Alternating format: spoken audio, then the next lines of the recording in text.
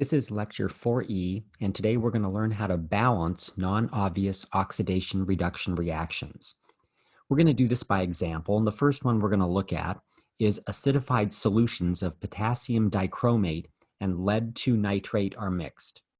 Potassium dichromate, K2Cr2O7, mixed with a solution of lead-2 nitrate, PbNO3 taken twice. On first look, you would imagine this is going to be an exchange reaction and we may form precipitate, water, or a gas. But when you switch the partners, we get two compounds that from our solubility rules does not predict a precipitate, water, or a gas. So that means we go to plan 9 and assume it's a non-obvious reaction. The non-obvious reactions are either Bronsted acid-base reactions if you recognize a Bronsted acid, which is something with a hydrogen in its formula, and a Bronsted base, which we've seen are either hydroxide ions or ammonia molecules. But this doesn't have either, but what this has instead is it has the dichromate ion, which is one of the several strong oxidizing agents we've learned. And as soon as you see one of those strong oxidizing agents, that means it's going to be a non-obvious redox reaction. So we're going to write the reactants in ionic form. The potassium dichromate will dissociate into potassium ions and dichromate ions. The lead-2 nitrate will dissociate into lead-2 ions and nitrate ions. In order to predict what's going to actually be formed, we have to calculate the oxidation numbers of all the elements in the reaction. Potassium ion is just +1. In the dichromate ion, the oxygens are -2 each, and the only way they can add up to all be -2 at the end is if the chromiums are each +6. The lead-2 ion is +2. And in nitrate, if the oxygens are -2 each, adding up to -6, the nitrogen would have to be +5. Now, when you have the dichromate ion, we know what the dichromate ion gets reduced into. As an oxidizing agent, it always gets reduced to chromium 3. So this is our reduction. The chromium's going from 6 down to 3. You have to predict what element can have its oxidation state go up. And potassium can't go any higher than +1. Nitrogen has 5 valence electrons. If it loses all of those, it's +5. It can't go any higher than that. But lead ions can actually lose their 4 valence electrons and become +4. That's your other product. And if you just cancel out the potassium ion and the nitrate ion, now you have the predicted chemical reaction. When you predict an oxidation reduction reaction in ionic form, you're not going to be able to balance it by inspection, and we're going to have to do it by the half reaction method, and we're going to be practicing that today. So the first step is to write the oxidation reduction half reactions. The dichromate ion is being reduced to chromium 3, so this is going to be the beginning of the reduction half reaction. The lead-2 ion is being oxidized up to lead-4, so this will be the beginning of our oxidation half reaction. Let me move them to the top. And here's how we're going to balance them. I'll give you a series of steps, and we're going to practice this over and over again today. First step will be, or actually after we've already written the oxidation reduction skeleton half reactions, the second step is to balance the atoms of each element except oxygens and hydrogens. So we'll take the top half reaction first. There are 2 chromiums on the left and only 1 chromium on the right. We must balance those. Don't worry about the O's and H's, so this step is done. Second step, we're going to balance the O's by adding waters. So we have these 7 oxygens here, right? Well, where are they going? They have to do something. Well, they're going to form waters on the other side. Why do they form water? Because it's in an acidic solution, and there are hydrogen ions in the acidic solution. So the 7 oxygens must be forming 7 waters. That's how you balance the oxygens. Now, this reaction has 14 hydrogens on the right side. Where did those 14 hydrogens come from? Exactly, they came from the acidic solution. So you're going to balance the hydrogen ions the hydrogens by putting hydrogen ions on the reactant side, and we would need 14 of them. So that balances all the elements in this reduction half reaction. The final step in a half reaction then is you have to balance the charge. So watch this, because this is the most common place for errors. There's 14 positive hydrogens here, and there's 1 -2 dichromate. This makes +14, this makes -2. The charge on the reactant side right now is +12. Go to the other side. 2 times +3 means the charge on this side is +6 because these are neutral molecules. So we have a +12 and a +6. They're not equal to each other. we're going to have to put electrons on the left side because electrons are negative. You have to add them to whichever side of the equation has the higher charge, and 12 is higher than 6. So we would need 6 additional electrons to bring the charge of the reactant side down from 12 to 6. Now the charge is balanced. Let's do the oxidation half reaction. First, make sure the leads are balanced, which they are. We'll balance the O's by adding waters, but there aren't any O's in the equation. We'd balance H's by adding hydrogen ions, but there aren't any H's in the equation. So we're down to the last step, balancing the charge. The lead ion on this side is +2. The lead ion on this side is +4. The electrons have to be added to the side with the higher charge. And you would need to put 2 negative electrons here to reduce the charge on the product side down to +2. Now we have our 2 half reactions. An important concern or important point about an oxidation reduction reaction is if it's balanced correctly, the number of electrons gained by the chromiums is going to have to exactly equal the number of electrons lost by the lead. So we could add these together now. It would kind of appear to be a balanced equation. It looks like 2 chromiums, 1 lead, 1 lead. It looks really nice, but that's unfortunately not correct because the chromiums can't gain 6 electrons if the leads are only giving off 2. So the final step is going to be to equalize the electrons lost and gained in your 2 half reactions. In order to get that bottom half reaction to equal 6 electrons being lost, we have to multiply the entire equation by 3. Because if it was 3 lead 2 ions going to 3 lead 4 ions, that would be giving off 6 electrons. Now the 2 half reactions have an equal number of electron changes. So now we're just going to add the 2 half reactions together. And if you haven't added reactions together before, all the reactants in both reactions here go on the left side in the overall equation. All the products in these 2 reactions go on the product side in the overall reaction. So all the reactants are 6 electrons, 14 hydrogen ions, a dichromate ion, and 3 lead 2 ions. The product side is 2 chromium 3 ions, 7 waters, 3 lead 4 ions, and 6 electrons. The electrons are equal. You can cancel them out like spectator ions, and that would leave you the final balanced equation. So cancel out electrons or any excess molecules or ions if they exist. And if we cancel out the electrons here, we're going to be left with 14 hydrogen ions, which are dissolved in the solution, so they're aqueous, plus the dichromate ion, which was dissolved in the solution aqueous, plus 3 lead 2 ions, which were dissolved in the solution aqueous, yielding 2 chromium 3 ions aqueous, 7 water molecules that are liquid, and then 3 lead 4 ions that are aqueous.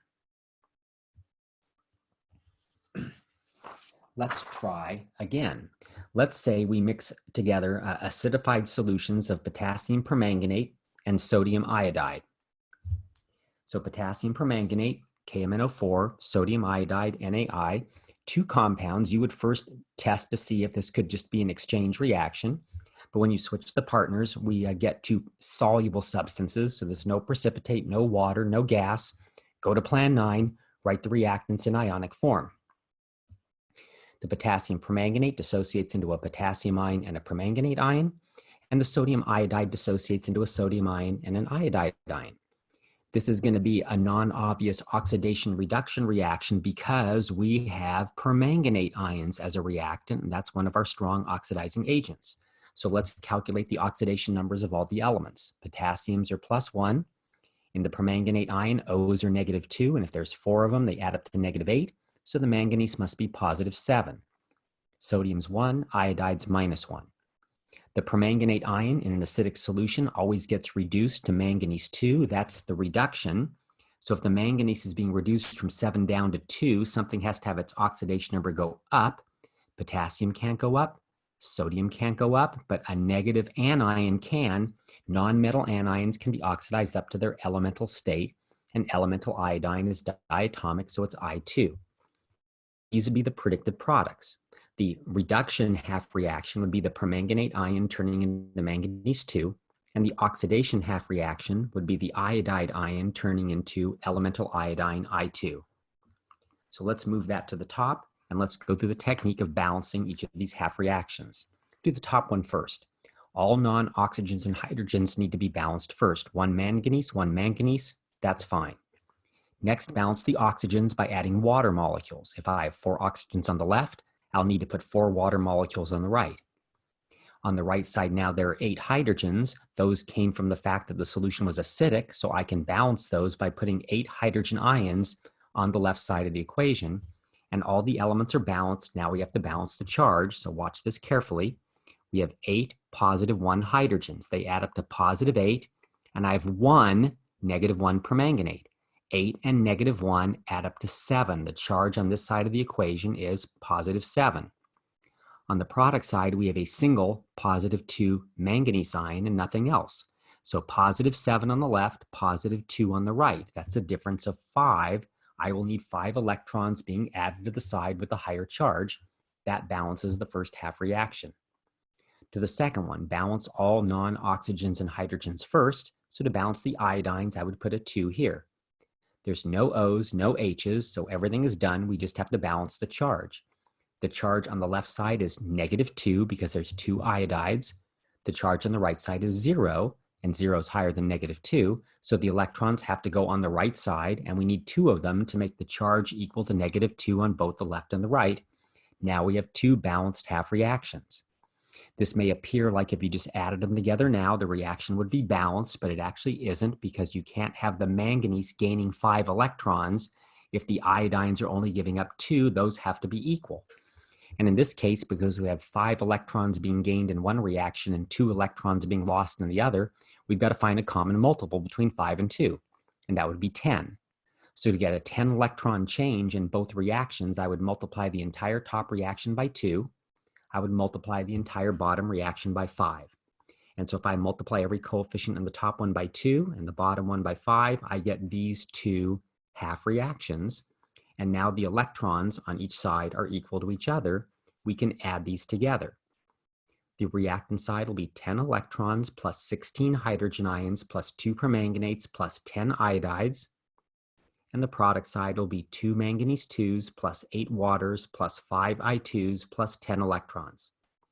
And then the 10 electrons will cancel out, and we'll have left over the net ionic equation, 16 hydrogen ions, which are in the solution, so they're aqueous, 2 permanganate ions that are in the solution, they're aqueous, 10 iodide ions in the solution, so they're aqueous, yielding 2 Mn2 plus aqueous plus 8 H2O liquid plus 5 I2, and iodine in its elemental state is a solid.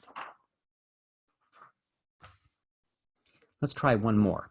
Let's say concentrated nitric acid is added to a precipitate of zinc sulfide. Concentrated nitric acid is added to a precipitate of zinc sulfide. So if we switch the partners, we're not going to get a precipitate or water. And additionally, if we notice this is one of our strong oxidizing agents, concentrated nitric acid, that means this is going to be a non-obvious oxidation reduction reaction. So I'm going to go right to plan 9. I'm going to write the reactants in ionic form. Strong acids ionize completely, so nitric acid would be a hydrogen ion and a nitrate ion. Zinc sulfide, it says, was a precipitate, so you have to leave that bonded together because precipitates mean the ions are attached so strongly they do not separate from each other. Now to predict the products, we'll do the oxidation numbers, hydrogens plus 1. In the nitrate ion, O's are negative 2 each. They add up to negative 6. So the nitrogen must be positive 5, so that 5 and negative 6 adds up to negative 1. In the ionic compound zinc sulfide, from the periodic table, zinc ions are always positive 2, sulfide ions are negative 2. So we know what the concentrated nitric acid does as an oxidizing agent. It gets reduced to nitrogen dioxide gas. Here the nitrogen's going from plus 5 down to plus 4, that's the reduction. So what element can have its oxidation number go up? Not the hydrogen. Let's see, zinc actually only either forms elemental zinc or positive 2 ions, so that can't go up. It's got to be the sulfide ion, which is a nonmetal anion, and nonmetal anions can always be oxidized up to their elemental state, so the sulfide ions are going to turn into elemental sulfur, which you may recall exist as S8 rings. So our 2 half reactions, first the reduction half reaction is the nitrate part of the concentrated nitric acid turning into NO2. Notice there's no charge up here. This is not the nitrite ion. It's turning into a neutral molecule, poisonous orange nitrogen dioxide gas. And the other half reaction is the ZNS turning into S8. So with these two half reactions, let's go through the same process and try to balance each of them and then add them together. First, for the top one, balance all non-oxygens and hydrogens first, one nitrogen and one nitrogen, and so that's balanced. Now we'll balance the oxygens by adding waters. There's 3 oxygens on the left, 2 oxygens on the right. We need one more oxygen on the right side, so you put 1 water. That gives you 2 hydrogens now on the right side, so they're going to come from the acidic part of the nitric acid. 2 hydrogens will be on the reactant side. All the elements are balanced now in this case, so now we have to balance the charge. So watch this carefully. There's 2 positive 1 hydrogens. This adds up to positive 2. There's 1 negative 1 nitrate. So plus 2 and negative 1 adds up to a charge of positive 1 on this side of the equation. The product side is a neutral molecule, and a neutral molecule, its charge is 0. So if this side is positive 1 and this side is 0, we have to add electrons to the side that's higher, and we only need 1 electron here. So the 1 electron with the 2 hydrogens with the 1 nitrate all add up to 0. For the second half reaction, we want to balance all non-oxygens and hydrogens first. So we have 8 sulfurs on the right. We're going to put an 8 here in front of the ZNS. Here's the first time we've seen this now, and this will happen occasionally. There's an extraneous element in the equation. There's those zincs there. And we now have 8 zincs on the left side. What's more important is those are 8 zinc positive 2 ions, and you have to remember that, because what's changing is the sulfide ions are turning into sulfur atoms. So when these sulfide ions turn into sulfur atoms, the zincs aren't going to change. They're just going to be unbonded now. So these 8 zinc ions get released. So all you're going to do is you're going to put 8 zinc ions on the product side. That balances all the non-oxygens and hydrogens in this half reaction. Now in this case, there's no O's and no H's, so we're all done except for the charge. The charge of 8 neutral compounds is 0. The charge of a neutral molecule is 0, but on this side, there are 8 positive 2s. That adds up to positive 16 on this side. So 0 on the left, 16 on the right. I need to add 16 negative electrons to the product side to balance the charge. Now, before I can add the reactions together, I have to equalize the electrons gained and lost. So to get both of them equal to 16 electrons, I'm going to multiply the top half reaction by 16. That means multiply every coefficient in the balanced equation by 16. And if I do that, I'll get this half reaction here. And now we're going to be able to add the 2 half reactions together. The product side will be the 16 electrons plus the 32 hydrogen ions plus the 16 nitrates plus the 8 zinc sulfides. The product side will be the 16 NO2s plus the 16 H2Os plus the S8 plus the 8 ZN2 pluses plus the 16 electrons. The 16 electrons will cancel out, and that's going to give us the balanced net ionic equation for the reaction between concentrated nitric acid and a precipitate of zinc sulfide. So this is the technique we're going to use when we're balancing reactions that are in acidic solution. I want to talk about how we balance a reaction if a solution is basic instead of acidic. And the first example we're going to do is an alkaline solution of potassium permanganate added to a solution of iron 2 sulfate. If you ever hear the word alkaline, that's another term for a basic solution. So an alkaline solution of potassium permanganate is added to a solution of iron 2 sulfate. We could switch the partners, but there's not going to be a precipitate here or water, so this has to be a non-obvious reaction. And I have the permanganate ion here, which I recognize as a strong oxidizing agent. So if I recognize this is going to be a non-obvious redox reaction, go right to Plan 9, write the reactants in ionic form. So the potassium permanganate would be dissociated into ions. The iron 2 sulfate would be dissociated into ions. And now we'll have to calculate all the oxidation numbers. The potassium is positive 1. In permanganate, O's are negative 2. 8 of them make negative 8, so the manganese has to be positive 7. The iron 2 ion is 2. And in the sulfate ion, the O's are negative 2 each. They add up to negative 8. So the sulfur would have to be positive 6. So the positive 6, when it adds to negative 8, equals the overall charge of negative 2. Now, this was a basic solution. So when the permanganate ion is acting as an oxidizing agent in a basic solution, it actually precipitates out as manganese 4 oxide. But it's still a reduction, right? The manganese is going from 7 down to 4. You have to find an element whose charge or oxidation state can go up. Potassium can't go up. Sulfur has 6 valence electrons, so it's already at its highest oxidation state. Has to be the iron. And this is one of the 3 transition metals. I wanted you to know their possible oxidation states. Iron can be 0, 2, or 3. So that means iron must be oxidized up to the positive 3 state. So the 2 half reactions are MnO4 minus yielding MnO2. And then the other half reaction is iron 2 going to iron 3. Now, when we were dealing with basic solutions before, there was one thing you have to keep in mind, because basic solutions are solutions with hydroxide ions in them. If you have a product that is a cation, and if that cation can precipitate with hydroxides, then this will not be the right product in your second half reaction. So keeping in mind that a basic solution contains hydroxide ions, and hydroxide ions then are going to eventually bump into those iron 3 ions. They're going to stick. You're going to wind up getting a precipitate of iron 3 with hydroxide. This is the real product, FeOH taken 3 times. So these are our 2 half reactions. Now let's work the technique to balance them. And what we're going to do is we're just going to assume first that the solution is acidic. So this is actually not going to give us a correct answer, but we have to balance it as if it were acidic first, and then we're going to do a little tweak at the end to convert the solution from acidic into basic. So the top half reaction, balance all the non-oxygens and hydrogens first. 1 manganese, perfect. Balance the O's with waters. I have 4 O's on the left, 2 O's on the right. I need 2 more O's on the right side, so that means 2 more waters. The 2 waters produce 4 hydrogens on the right side, so I need to add 4 hydrogen ions to the left to balance those, and now all the elements are balanced. Let's check the charge.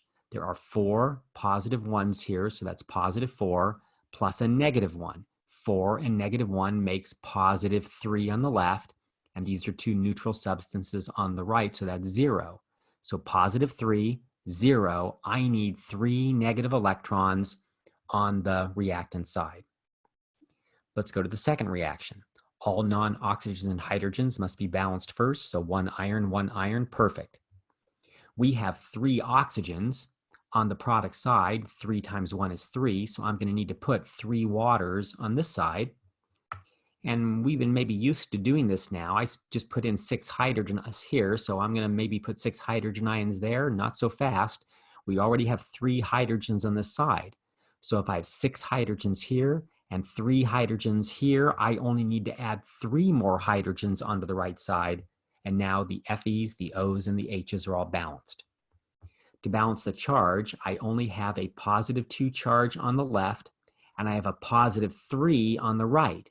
I need 1 additional electron on the right side to balance the second half reaction. If the 2 half reactions are balanced, the next step is to balance the number of electrons in the 2 different equations. The top equation is gaining 3 electrons, and the bottom one is only losing 1. So we're going to have to actually multiply that whole bottom reaction by 3. And if I do that, all the coefficients multiplied by 3 will give me 9 waters, 3 iron 2s, 3 iron 3 hydroxides, 9 hydrogen ions, and 3 electrons. Now we can add them together. On the reactant side, it's 3 electrons plus 4 hydrogen ions plus permanganate plus 9 waters plus 3 iron 2s. On the product side, it's manganese 4 oxide plus 2 waters plus 3 iron 3 hydroxides plus 9 hydrogens plus 3 electrons. And we can see the 3 electrons on each side will cancel out, but watch what happens in this case.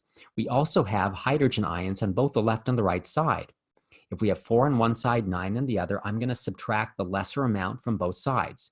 I'm going to get rid of all 4 hydrogen ions on the left and reduce the number of hydrogen ions on the right side down to 5. That'll simplify the equation.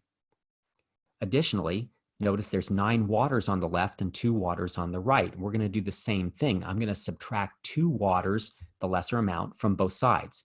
So there'll be 0 waters left on the product side, but we'll only have 7 waters left on the reactant side.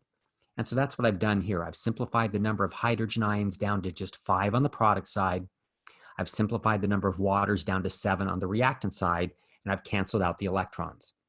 This is a lovely equation, but this is balanced as if it were an acidic solution because it's balanced with hydrogen ions. There are no hydrogen ions in basic solutions, so this is not correct. So here's what we're going to do. we're going to add the same number of hydroxide ions to both sides of the equation, both reactant and product side, equal to the number of hydrogen ions that are in the equation right now. So we have 5 hydrogen ions in our equation right now. So what I'm going to do is I'm going to add 5 hydroxides to both the left and the right side of the equation. 5 hydroxides on the right, 5 hydroxides on the left. You have to add them equally to both sides to keep the equation balanced. Why are we doing that? Because now on the right side, the 5 hydrogens and the 5 hydroxides combine to make 5 water molecules. So I'm going to rewrite those as 5 water molecules. And we now have the reaction 5 hydroxides plus permanganate plus 7 waters plus 3 iron 2s yields manganese 4 oxide plus 3 iron 3 hydroxides plus the 5 waters. One more check here. I've got 7 waters on the left and 5 waters on the right. I'm going to subtract 5 waters from both sides. So that's going to reduce the number of waters on the left side down to 2. And our final net ionic equation is 5OH minus aqueous plus MnO4 minus aqueous plus 2H2O liquid plus 3Fe2 plus aqueous yields MnO2 solid plus 3FeOH taken 3 times solid. If we try this one more time, let's say we take a basic solution of potassium permanganate and mix it with a solution of sodium nitrite. So potassium permanganate mixed with sodium nitrite, solution's basic. If we switch the partners, looking for an obvious exchange reaction, there's no precipitate, no water, no gas form. This is not an obvious reaction.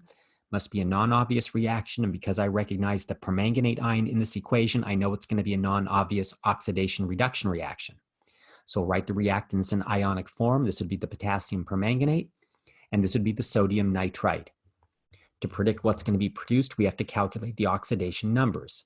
Potassium's +1, in permanganate, Mn's +7, O's -2, the sodium ion's +1. In nitrite, the oxygens are -2 each. They add up to -4. So the nitrogen has to be +3 so that 3 and -4 add up to the overall charge of -1. We know what the permanganate ion does in a basic solution. It gets reduced to manganese 4 oxide. This is our reduction. +7 going down to +4. You have to find the element whose charge can go up. Potassium can't go any higher than +1.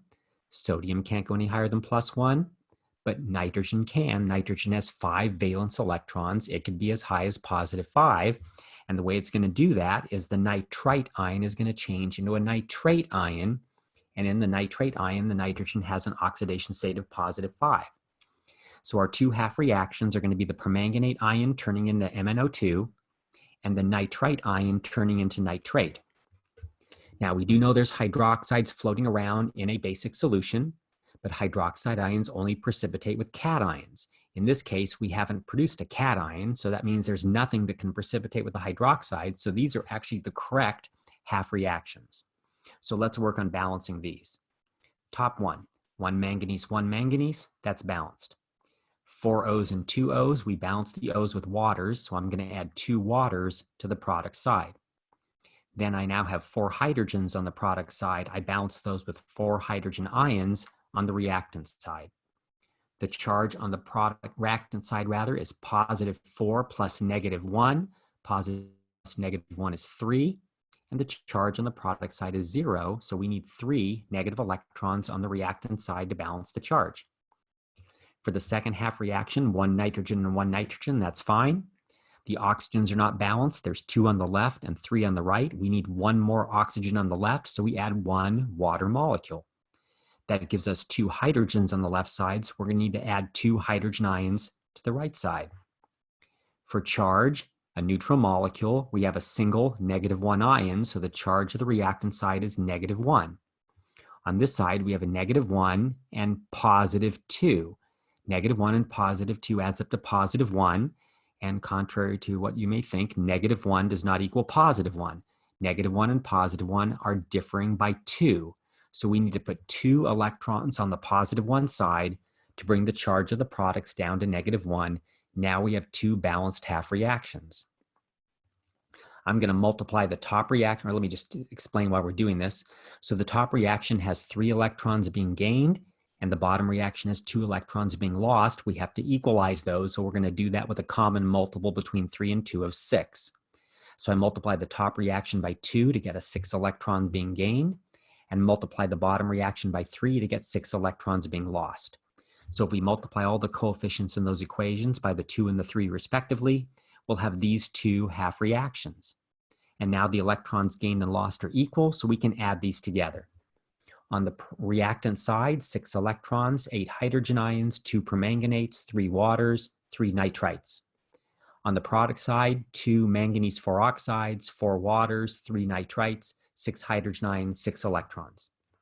So the 6 electrons cancel out, and we can actually also simplify a bit because there's 8 hydrogen ions on the left and 6 hydrogen ions on the right. I will subtract 6 hydrogen ions from both sides, leaving a net of 2 hydrogen ions on the reactant side. And then I have 3 waters on the left and 4 waters on the right. I'll subtract 3 from both sides, leaving 1 net water molecule on the product side. So here's our balanced equation as if it were an acidic solution. Now, because this solution, as they said, was basic, now we're going to have to do the final step and convert it from acidic to basic. So scan the reaction, look for the hydrogen ions in there. There they are. And how many? 2. That's what you add. 2 hydroxides to both the left and the right. And we do that because on the left side, the 2 hydroxides and the 2 hydrogens will combine to make 2 waters. And so we'll now have 2 water molecules plus 2 permanganates plus 3 nitrites yields 2 manganese 4 oxides plus 1 water plus 3 nitrates plus 2 hydroxides. And checking one more time if there's anything common on both the left and the right side. In this case, there still is. We have 2 waters and 1 water. I'm going to subtract 1 water from both sides, leaving 1 net water molecule on the reactant side. The final net ionic equation, H2O liquid, plus 2 MnO4 minus aqueous, plus 3 NO2 minus aqueous, yields 2 MnO2 solid, plus 3 NO3 minus aqueous, plus 2 OH minus aqueous. The final thing I want to bring up concerning oxidation and reduction reactions that are non-obvious is a process known as auto-oxidation. There are instances when a particular substance can undergo both oxidation and reduction. If you don't like the term auto-oxidation, you can call it by its more simple term, disproportionation. But either of those mean the same thing. It's one substance undergoing both oxidation and reduction. This is what actually hydrogen peroxide does. Hydrogen peroxide actually gets reduced down to water and gets oxidized up to oxygen. And so it undergoes, the O in the peroxide undergoes auto-oxidation or disproportionation. We're going to look at an example where bromine actually undergoes an auto-oxidation. If you react bromine by itself or leave bromine by itself, the bromine molecules can interact with each other and they can change into bromide ions and then bromous acid. This is an example of an auto-oxidation. Let's see why. The oxidation number of elemental bromine would be 0. The oxidation number of the bromide ion is -1.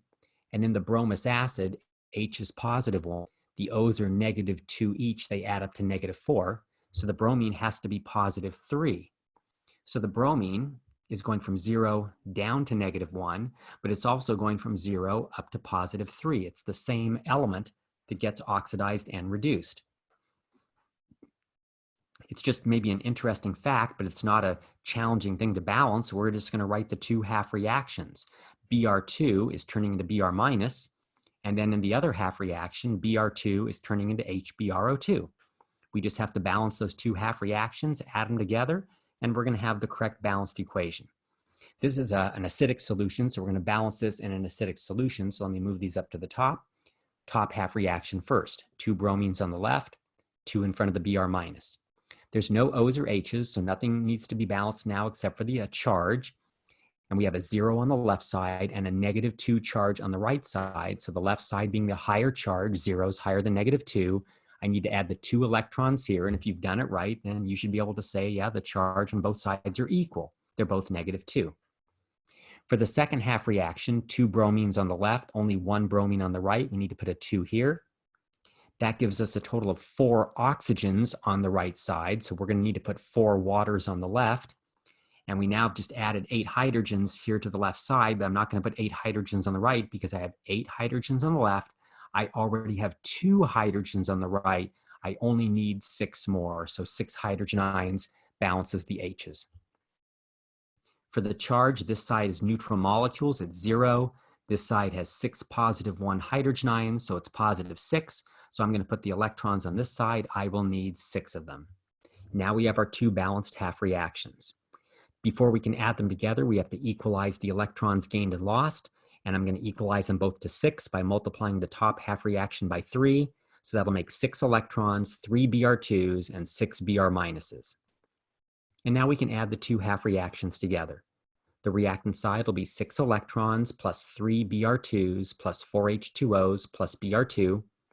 And the right side will be 6 Br minus plus 2 HBrO2 plus 6 H plus 6 electrons.